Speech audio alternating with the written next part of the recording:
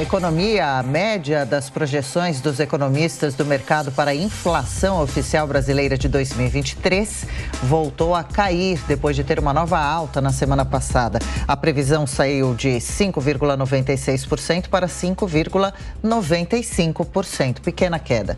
Em relação ao crescimento da economia, a expectativa dos economistas para este ano fez o caminho inverso da semana passada e caiu de 0,89% para 0,88%.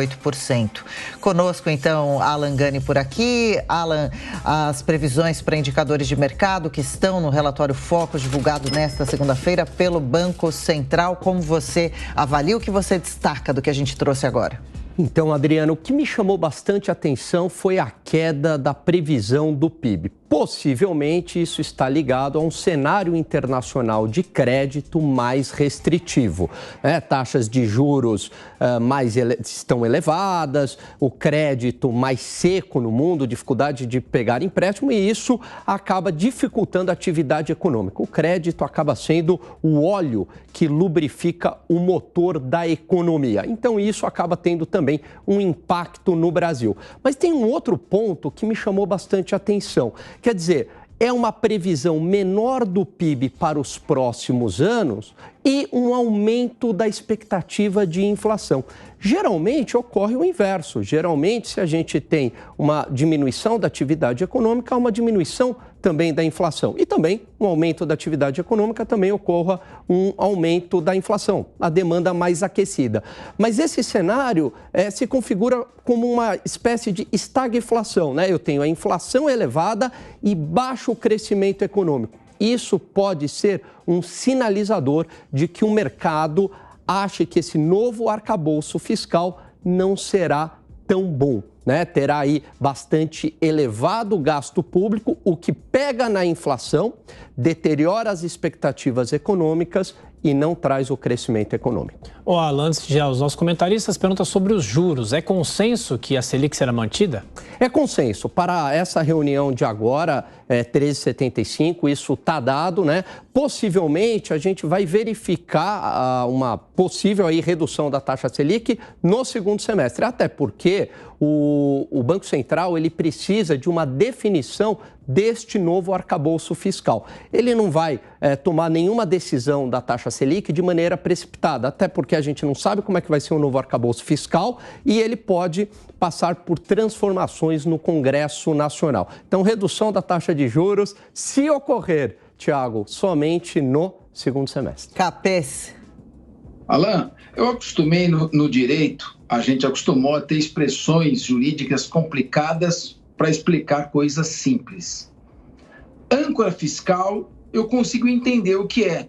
É algo que puxa as despesas para baixo e mantém a balança do equilíbrio fiscal, ou seja, faz com que você não gaste mais do que você arrecada. Você conseguiria traduzir para mim o que quer dizer arcabouço fiscal?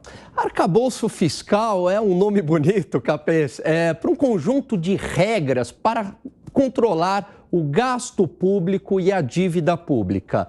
Para falar a verdade, o nosso arcabouço fiscal até então, ele era muito bom.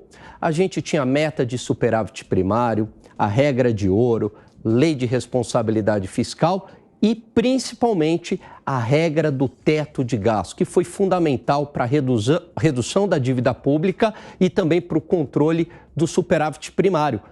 Finalmente, em 2022, a gente teve um superávit primário positivo. O governo ele arrecadou mais do que ele gastou, tirando as despesas com juros.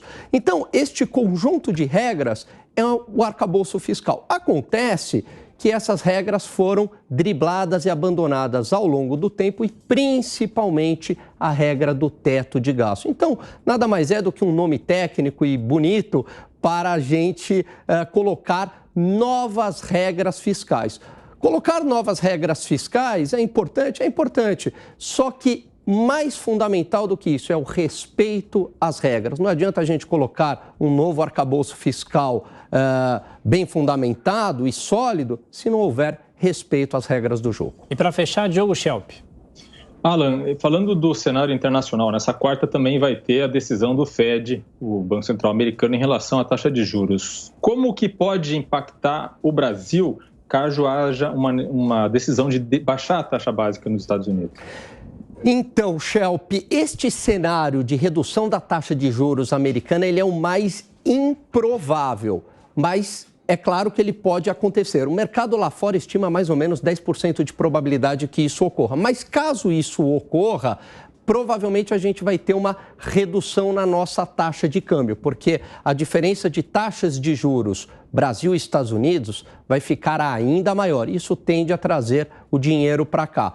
Dólar reduzindo, pega menos na inflação e, por outro lado, também fica mais fácil importar uma máquina, um equipamento que também pode ajudar na atividade econômica, mas acho que este cenário, Schelp, ele é mais improvável. Provavelmente o Fed vai dar um aumento de 0,25. Vamos esperar. Alan Gani, boa terça. A gente está de volta juntos amanhã.